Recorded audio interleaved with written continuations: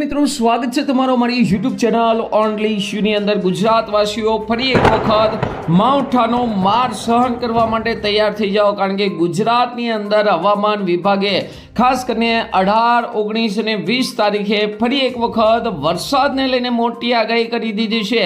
અહીંયા મેપની અંદર પણ જોઈ શકો છો। આ સિવાય તમે ગુજરાત હવામાન વિભાગે જાહેર કરેલા મેપ પણ જોઈ શકો છો, જેની અંદર 18 તારીખે, 19 તારીખે અને 20 તારીખે ગુજરાતની અંદર વરસાદને લઈને આગાહી કરવામાં આવી છે।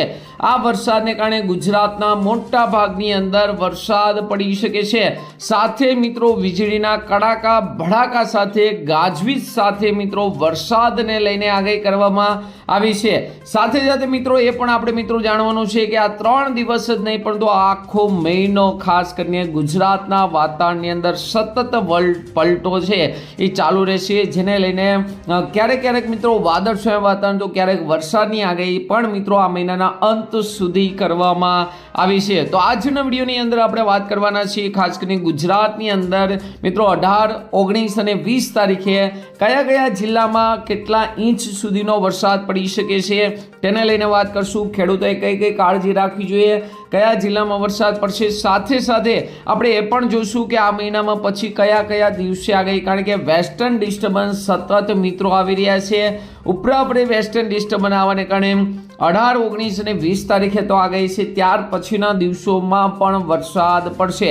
તો આ તમામ માહિતી આજના વિડીયોમાં જોશું, તો આ વિડીયોને અંત સુધી જોજો। તેમજ અમારી યુટ્યુબ ચેનલ ઓનલી ઇશ્યુ પર આપ નવા હો તો ચેનલને સબસ્ક્રાઇબ કરી દેજો, તેમજ મિત્રો આ વિડીયોને લાઇક કરી દેજો। સૌપ્રથમ આપણે ગુજરાત હવામાન વિભાગની આગાહી જોઈ, ત્યારબાદ મિત્રો લાઈવ જોશું અને કયા જિલ્લામાં કેવો।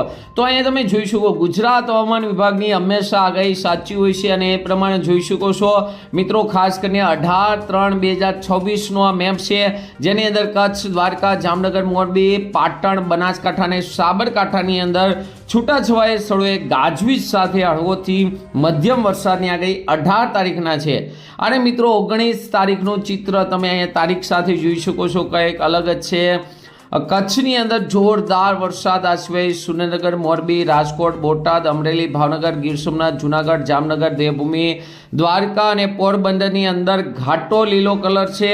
એનો મતલબ એમ થાય કે અમુક સ્થળોએ ગાજવીજ સાથે હળવોથી મધ્યમ વરસાદ પડશે, એટલે કે લગભગ 50% જેવા વિસ્તારમાં વરસાદ પડી શકે છે। જ્યારે બનાસકાંઠા, પાટણ, સાબરકાંઠા, ભરૂચ, વડોદરા, છોટાઉદેપુર, નર્મદા, સુરત, તાપી અને ડાંગ આ જિલ્લામાં આછો લીલો કલર છે, એટલે કે છૂટાછવાયા વિસ્તારમાં પડતું ગાજવીજ